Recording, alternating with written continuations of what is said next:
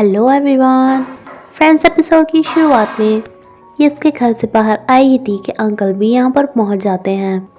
ये ने कहती है कि आपने ही इसे ये सब करने के लिए मजबूर किया होगा ना। देखो मेरे पास आप दोनों के खिलाफ सबूत भी है।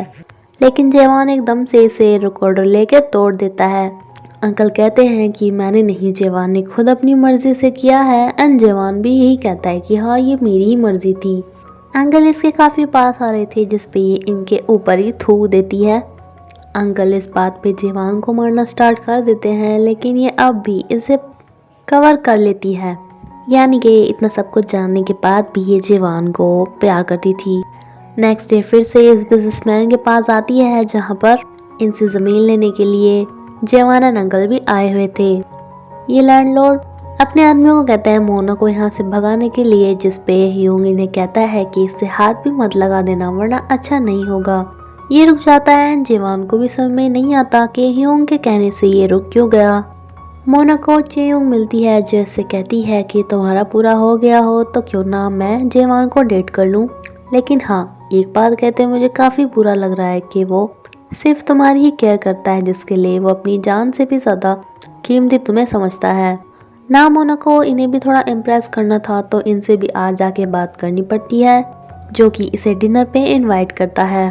अंकल को अपनी बेटी को एक सरप्राइज देना था तो जवान इसे सजेस्ट करता है एक सर्कस। तभी जवान को चेसुआन से पता चलता है कि मोना लोमन ली के साथ डिनर कर रही है। ये सीधा यहीं पर ही पहुंच जाता है, लेकिन चेयोंग इन्हें कहती है कि ये मेरे से बात करने के लिए आया था। किसी तरह जवान अपने आप को कंट्रोल करता है। दैन ये लोमन ली का पीछा करता है जो कि डायरेक्टर बेक के ऑफिस में जा रहा था। लेकिन जब ये इसे पकड़ लेता है तो लोमन ली कहता है कि मैं बस होटल का रास्ता भूल गया था। चेसवाने से कहती है कि आपको मिस्टर इनबुक के शो में जाना चाहिए। जब मोना मना करती है तो ये कहती है कि प्लीज़ आप चले, क्योंकि जवान ने इस इवेंट के लिए काफ़ी तैयारी की है। अब जहाँ ये अपनी कॉमेडी से इन बच्चों को हंसा के अच्छा बन रहा था तो इंटरवल में जवान इसे कहता है कि आप तो बच्चों के साथ काफ़ी अच्छे से पेश आ रहे थे। एंड ये बोलना स्टार्ट कर देता है कि अरे मैं तो उन्हें ऐसे मुझे मैनिपुलेट कर सकता हूँ, वो तो सिर्फ मेरी हाथ की धूल है, मुझे बच्चे कभी भी पसंद नहीं थे। लेकिन इसे नहीं मालूम था कि इसके पास जो माइक लगा हुआ था उससे आवाज़ पूरी स्टेज पे सभी को सुनाई दे रही थी। सब बच्चे सुनकर रोना स्टार्ट कर देते हैं, यहाँ से चले जाते हैं। बल्कि अंकल की बेटी एंड वाइफ को भी उनकी इन बातों पे काफ़ी गुस्सा आ रहा था। मोना यहाँ पर जवान को देखकर ही पता लगा लेती है कि ये सब काम इसके ही हैं। तभी तो चेसुआन ने इसे कहा था कि इस इवेंट के लिए उन्होंने बहुत अच्छे से तैयारी कर रखी है। अंकल को कई बार एक बेक इम्योन नाम की लड़की से लेटर आने स्टार्ट हो जाते हैं, जिस पे कहता है कि ऐसा कैसे हो सकता है। ये इस घर में भी जाता है जहाँ पर एक फ्लैशबैक दिखाया जाता है, जहाँ पर ये एक बेकीम्योन नाम की लड़की के पास आया था जो कि अपने बच्चे को खिला रही थी। लेकिन इसे देखकर इस पे काफ़ी ज़्यादा गुस्सा होती है। ये इसे कहता है कि मैं तुम्हें हमेशा ढूंढ लूँगा, मैं तुम्हें बहुत ज़्यादा प्यार करता हूँ। लेकिन ये लड़की कहती है कि मैं तुम्हारे पास नहीं आ सकती।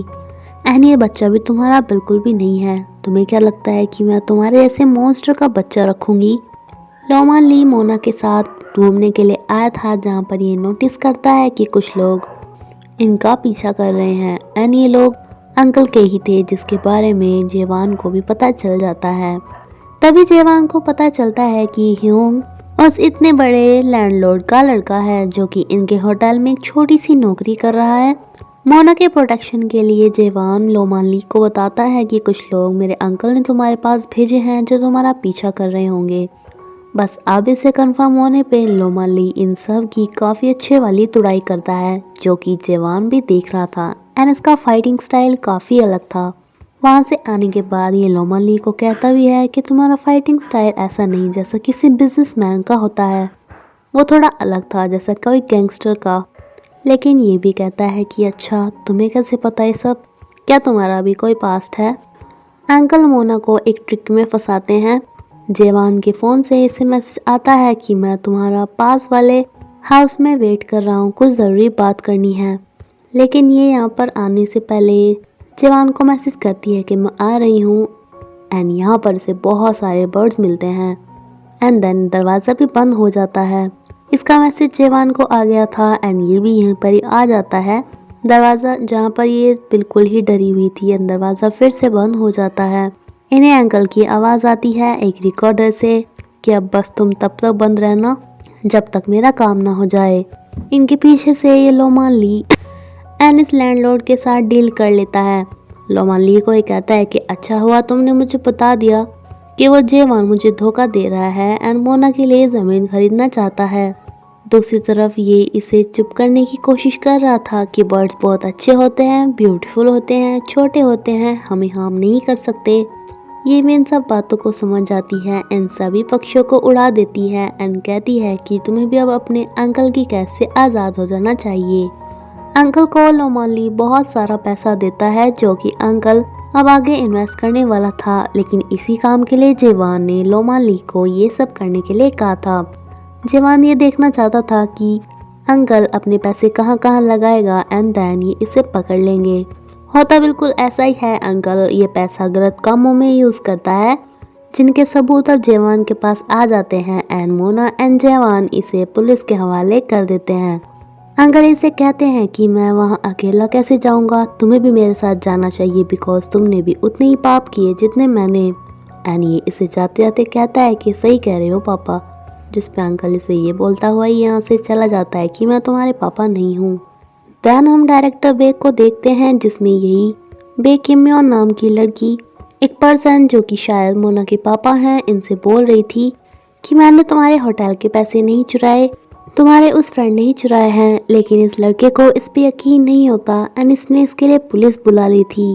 दैन डायरेक्टर बेग उसी घर में जाती है जहाँ पर अंकल गए थे एंड ये भी उसी लड़की को उस बच्चे को खिलाते हुए देख रही थी। अपने पापा के जेल में जाने के बाद ये काफ़ी सैड रहती थी एंड जेवान को बताती है कि मुझे बचपन से ही पता था कि मेरे पापा कितने खतरनाक हैं, क्योंकि बचपन से ही मेरी जिस लड़की के साथ भी लड़ाई होती थी या अगर कोई टीचर मुझे डांटती थी तो अगले दिन ही उन्हें अपना स्कूल कॉलेज चेंज करना पड़ जाता था। इसलिए इन सब चीज़ों से निपटने के लिए मैंने हमेशा खुश रहना स्टार्ट कर दिया जिससे मेरे पापा किसी और को हार्म ना पहुँचाएँ। ना जब अंकल जेल में जा चुके थे तो डायरेक्टर बेग इन्हें बता देती है कि लोमान ली मेरा बेटा है। ये इस होटल में काफ़ी टाइम से काम कर रही थी, जो इन्हें बताती है कि मोना के पापा हमेशा ही डायरी लिखते रहते थे जिनमें से उन्होंने सारी डायरी मुझे दी। ये 11 डायरी हैं। लेकिन ये इससे पूछता है कि उसने आपको ये डायरी कब में को दे दी बिकॉज वो अपने लास्ट टाइम तक ये डायरी लिख रहे थे एंड ये टोटल डायरी 12 थी, तो एक डायरी कहाँ पे है। डायरेक्टर बेग इसे कहती है कि एक तो मैं तुम्हारी हेल्प कर रही हूँ एंड ऊपर से तुम मुझे पे शक कर रहे हो जो कि तुम्हें नहीं करना चाहिए। दैन ये अपने पापा से जेल में मिलने के लिए आता है जो इसे कहते हैं कि मैं तुम्हारा पापा नहीं हूँ एंड मुझे यहाँ से जल्दी से निकालो वरना मैं सभी को बता दूंगा कि मेरे साथ तुम भी उतने ही गुनहगार हो। ये इन्हें अपनी रिपोर्ट दिखा देता है कि देखो मुझे भी काफ़ी बुरा लगा था जब मुझे पता चला कि तुम मेरे पापा हो एंड मैं तुम्हें जेल में से कभी भी नहीं निकलवाऊंगा। दैन अंकल एक और फ्लैशबैक देखते हैं जहाँ पे काफ़ी ज़्यादा पुअर हुआ करते थे एंड मोना के पापा काफ़ी अमीर जो कि इसके बेस्ट फ्रेंड थे, लेकिन उसके पेरेंट्स सोचते थे कि ये सिर्फ उसके पैसों के लिए उसका फ्रेंड है। इस बात से ही इसे चिड़न होने लगी थी एंड ये सोचने लगा था कि मैं उसका सब कुछ छीन लूँगा। एंड जेवान भी ने कहते हैं कि आपने मुझे एक स्टोरी बताई थी कि उसने जिससे आप प्यार करते थे उसका रेप किया, उसे मार डाला, तो मुझे लगता है कि शायद आपने ही ये सब कुछ उनके साथ किया। एंड देन वो बच्चा मैं हूँ। मेरी मॉम भी मुझे कितनी नफरत करती होंगी क्योंकि उन्हें मुझे देखकर तुम्हारी याद आती होगी। अब जेवान से तो कोई काम नहीं चला था तो ये मोना को मैसेज पहुँचाते हैं कि या तो मुझसे मिलने आओ वरना मैं जेवान के बारे में सभी को बता दूंगा, वो भी जेल में चला जाएगा। एंड जब ये इनसे मिलने आती है तो ये इन्हें बताता है कि देखो जेवान ने तुम्हारे पापा के साथ ही सब कुछ इसलिए किया बिकॉज वो मेरा बेटा है, जिस पे से यकीन नहीं होता। एंड ये कहते हैं कि तुम्हारे पापा ने तुम्हारे लिए उस बोट में ये सबूत छुपाया था लेकिन तुमसे पहले ही जेवान ने ये ले लिया, तुम्हें बताया भी नहीं एंड देन मुझे ये ला के दिया बिकॉज वो मैं उसका पापा हूँ ना, इसलिए क्या तो मुझे जेल में से छुड़वाओ वरना तो मैं जेवान को भी फंसवा दूंगा। अभी तो मोना ने बोलकर चली जाती है कि मुझे कोई भी फर्क नहीं पड़ता, तुम दोनों ही जेल में चले जाओ। लेकिन इसे जेवान की थोड़ी चिंता भी थी एंड उससे ज़्यादा इस बात पे गुस्सा आ रहा था कि उसने शायद इसे कभी प्यार भी नहीं किया, वो बस अपनी पापा की ही बातें मान रहा था। एंड अब ये इससे होटल में भी काफ़ी रूडली बात करना स्टार्ट कर देती है। तभी इसे पता चलता है कि ह्यून ने भी अपने पापा के बारे में किसी को नहीं बताया, तो इसे ह्यून पे भी काफ़ी गुस्सा आता है कि पता नहीं लोग अपने पापा के बारे में इतना क्यों छुपा रहे हैं आजकल। जेवान को अचानक से पता चलता है कि इसके पापा जेल से रिहा हो गए हैं। जेसुआन से बताती है कि कुछ टाइम पहले मोना उनसे मिलने गई थी, तो ये मोना को यहाँ पर लाकर कहता है कि तुमने क्या किया, मैंने उन्हें इतनी मेहनत से जेल में पहुँचाया था। तो ये कहती है कि मुझे पता चल गया कि वो तुम्हारे पापा हैं, तुमने उनके कहने पर ना सिर्फ मेरे पापा को मारा बल्कि मेरे साथ भी प्यार का झूठा नाटक किया। दफ़ा हो जाओ मेरी आंखों के सामने से, मुझे कभी भी मत मिल जाना एंड मैं तुम्हें अपनी होटल से निकालती हूँ। ये ऐसे फायर कर देती है एंड इसके साथ ये एपिसोड यहीं पे ख़त्म होता है। Friends thank you. अगर आपको मेरी वीडियो अच्छी लगी हो तो प्लीज़ लाइक करिएगा।